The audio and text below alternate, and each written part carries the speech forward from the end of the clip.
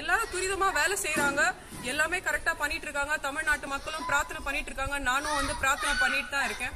ஆனா நம்ம முதலமைச்சர் இந்த விஷயத்துல ஏன் இன்னும் டைரக்டா இறங்கி அந்த கருவியை எங்க இருந்தாவது அவுட் சோர்ஸ் பண்ணி இன்னும் அந்த குழந்தைய காப்பாற்ற முடியலங்கிறது தான் எனக்கு வருத்தத்துக்குரிய விஷயமா இருக்கு. இதே அந்த முதலமைச்சரோட வீட்லயோ இல்ல அவங்களோட ரிலேட்டிவ்ஸோ அவரோட குழந்தைய இருந்தா என்னால அவர் அந்த கருவியை வேற எங்கேயாச்சும் அவுட் சோர்ஸ் பண்ணிருக்கலாம், அந்த குழந்தைய அவர் மீட்டிருப்பாருன்னு எனக்கு தோணுது. நம்ம கிட்ட அந்த கருவி இல்லையா, உடனே அவங்க பாத்துருக்க வேண்டிய விஷயம் அந்த கருவியை வேற எங்க இருந்து எங்க எடுக்கணும்னு தான் பாத்துட்டு இருக்காங்க. நான் மத்த அதிகாரிகள் பேசுனதையும் பார்த்தேன். தீயணைப்பு துறை வந்து தங்களோட உயிரை கொடுத்து வந்து அந்த வேலையை செஞ்சு அந்த குழந்தைய எடுக்க வந்து அவ்வளவு கடினமா உழைச்சிட்டு இருக்காங்க.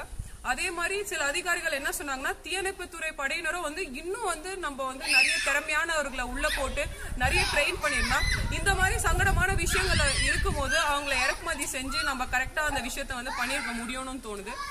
சோ நான் இங்க சொல்ல வேண்டிய வர விஷயம் என்னன்னா, இந்த குழந்தைய எடுக்கிறதுக்கு தேவை கருவி.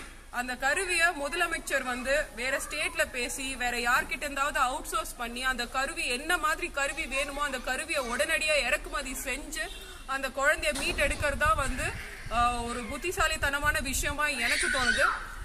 இப்பயாச்சும் முதலமைச்சர் டைரக்டா அந்த இஷ்யூல இறங்கி கரெக்டா சால்வ் பண்ணி சீக்கிரமா அந்த குழந்தைய வந்து எடுக்கணுங்கிறதா என்னோட பிரார்த்தனை. நான் வேண்டிக்கிறேன்.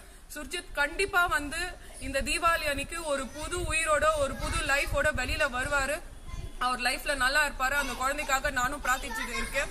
தமிழ்நாட்டுல இருக்க எல்லாரும் பிரார்த்தனை பண்றாங்க. இங்க நான் வந்து இதே ஜெயலலிதா அம்மா இருந்திருந்தாங்கன்னா துரிதமா இந்த வேலை நடந்திருக்குமோன்னு எனக்கு தோணுது. நம்ம முதலமைச்சர் எந்த விஷயமா இருந்தாலும் இறங்கி பண்ணணுங்கிறது வந்து என்னோட ஒரு குறிக்கோள். அவர்கிட்ட நான் எடுத்து வைக்கிற ஒரு அறிக்கையும் கூட.